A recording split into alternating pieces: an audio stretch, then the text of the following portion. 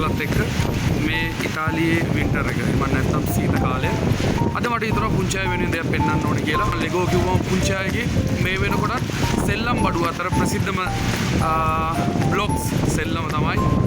ඔයාලා දන්නවා මේ වුණ වීඩියෝස් ගොඩක් තියෙනවා, ෆිල්ම් ඉටම් තියෙනවා ලෙගෝ.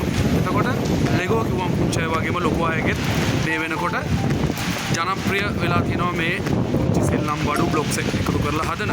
ඉතින් ඔයාලට බලා ගන්න පුළුවන් මම ලෙගෝ එක පෙන්වන්න ඇවිල්ලා තියෙන පුංචි අයට.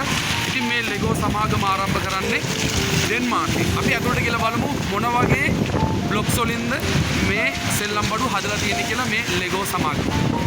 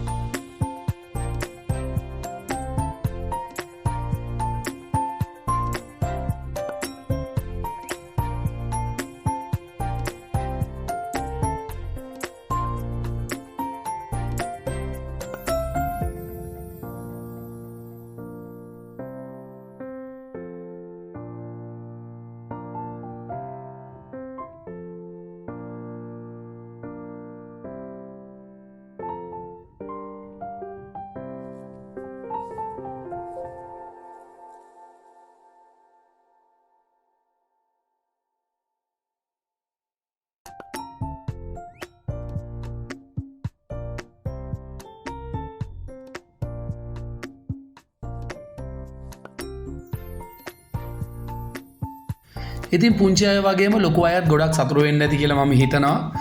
අපි නැවත ලස්සන වීඩියෝ එකකින් මුණ ගැහෙමු. මේ tattoo and travel